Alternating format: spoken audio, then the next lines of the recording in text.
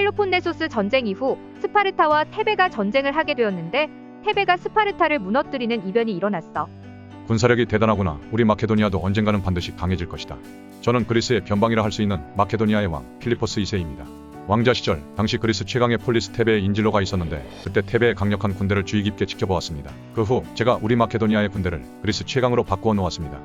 우리 마케도니아의 중장보병이 사용하는 창은 다른 폴리스의 중장보병들이 사용하는 창보다 훨씬 깁니다. 저렇게 긴 창을 다루기 위해서는 엄청난 훈련을 필요로 하지만 일단 훈련을 마치면 실전에서는 천하무적입니다. 이것은 제가 왕이 되기 전 마케도니아의 영토입니다.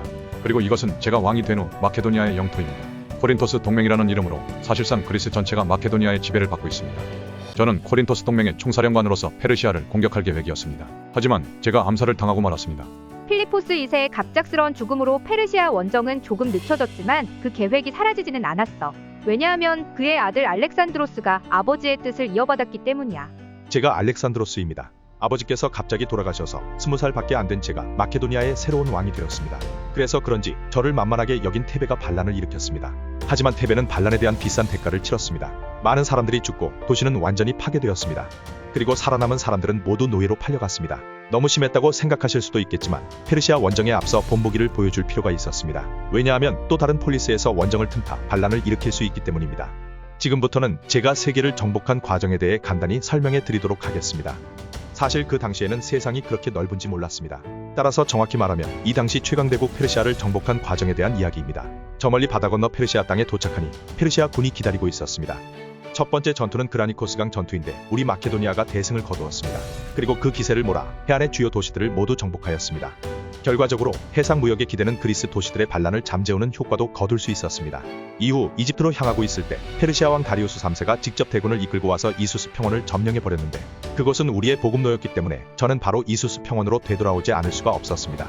우리의 병력은 알렉산드로스의 병력보다 5배 정도 많은 25만 명입니다. 제가 우리 페르시아의 위대함을 저 녀석에게 분명히 알려주도록 하겠습니다. 드디어 마케도니아 왕 알렉산드로스와 페르시아 왕 다리우스 3세의 전투가 시작됐어. 알렉산드로스는 중앙에 정예중장 보병을 배치하고 나서 자신은 기병을 이끌고 다리우스 3세가 있는 중앙으로 돌진했어.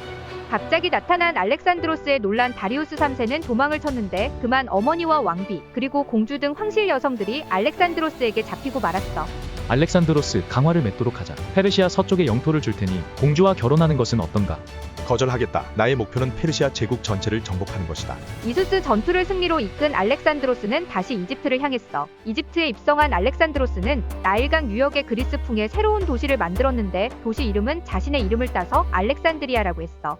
그리고 얼마 뒤에 알렉산드로스와 다리우스 3세는 가우가멜라 평원에서 다시 한번 싸우게 돼.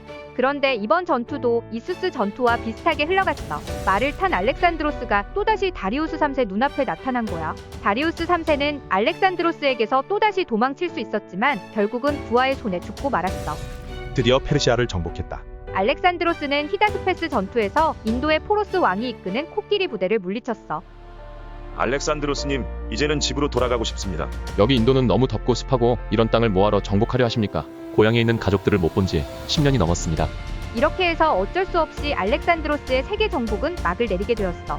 사실 알렉산드로스는 휴식을 취하고 나서 동쪽으로 나아가려고 했어.